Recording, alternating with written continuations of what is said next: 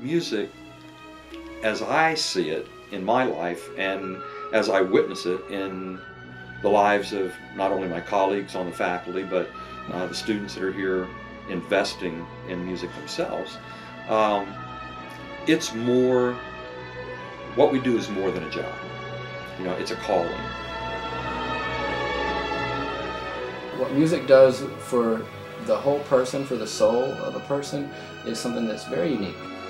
But it also is important, I think, for people's souls, you know, for the creative part of people, that we're not just two-dimensional people. Music makes us human, without a doubt. One can say, like, that music seems to be a biological imperative. There's nothing that fills the void like music. Nothing will ever replace it. You know, I think that what music does for the whole person, for the soul of a person, is something that's very unique. You don't get that through playing baseball or through playing cards or any other activity other than just like music itself. You know, music, I think, has been a part of humanity from the beginning of humanity. We celebrate every big occasion in life with music. And so there's a social component that's important to that too. So I think that's critical to humanity, and it's just it's very important that we understand that and that we don't eliminate a generation from having that sort of experience. You know, music in the schools is important.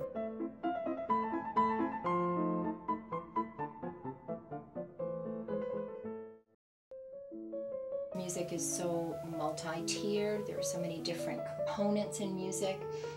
The discipline of repetition and understanding how to analyze, that it really helps in the study of lots of different kinds of academics. Music, particularly playing the piano for me, helped with math. And then even other aspects of my life and things I wanted to pursue later, like computer programming and technology.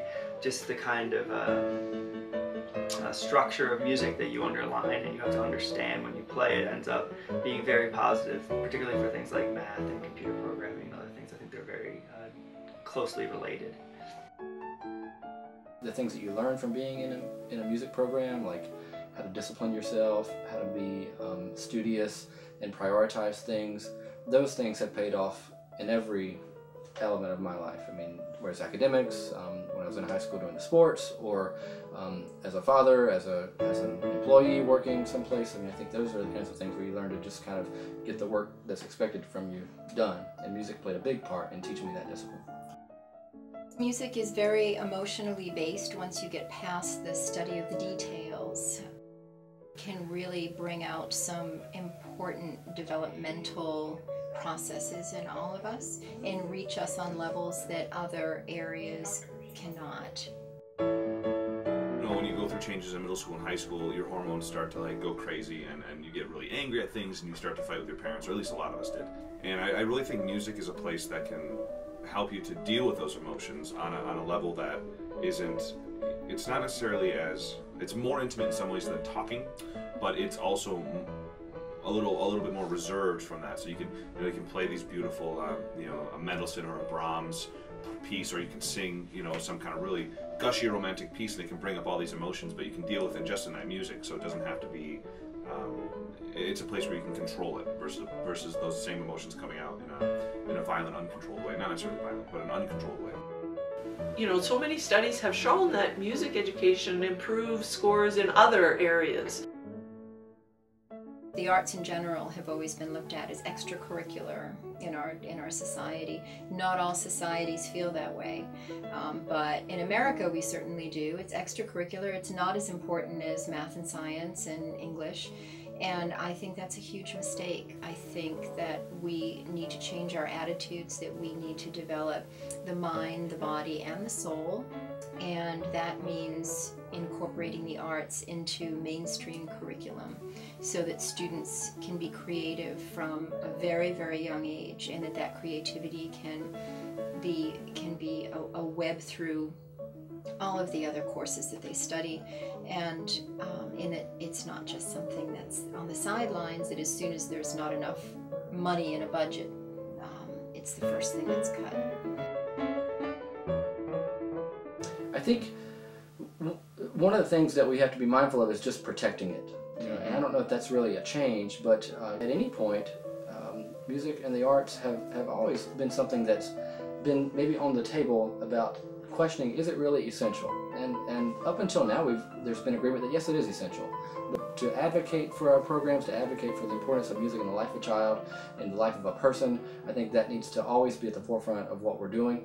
I think if there was something to change, I think we need to be less focused on you know, the competitive reward kinds of things and make it more interpersonal for what it really means to us on an interior level. In other words, we do music not to go on a trip. We do music because it expresses something that we can't express in any other way. So those teachers that do that to a greater degree, I think have a greater success of making music a life of a person a long time. So if there's something to like change about it, I think that's what I would encourage teachers to make it all about the music, less about ancillary things, but just music. I think in terms of taking music to the masses, to the student body at large, or to the community, or to the world, that's something that's got to change. Because I think in a lot of ways we are not connected to that world very much. 99.9% of people in this world do not listen to the music that we make. And that's a shame. We have to find a way of bridging that gap a little more. And also I think introducing our own majors to world music, the phenomenon of music around the world. We are so Eurocentric in some ways, which has been a beautiful tradition, it really is. But France is like the 58th most populous country in the world. Italy is the 61st or something. And we're not looking at music from the top 10 countries of the world very much, you know. But I think those two things are going to be the challenge for your generation of teacher, is to kind of bridge those gaps and make music more accessible to an audience. Music schools in the U.S. have kind of become a museum culture, where we take people who are very good at their instruments and we continue to primarily teach them music that was written in a very narrow band of human history, and then that's what we consider our job to be, is to teach them really well about this very narrow band of music. And I think that that's very limiting to the breadth of what could happen in music schools.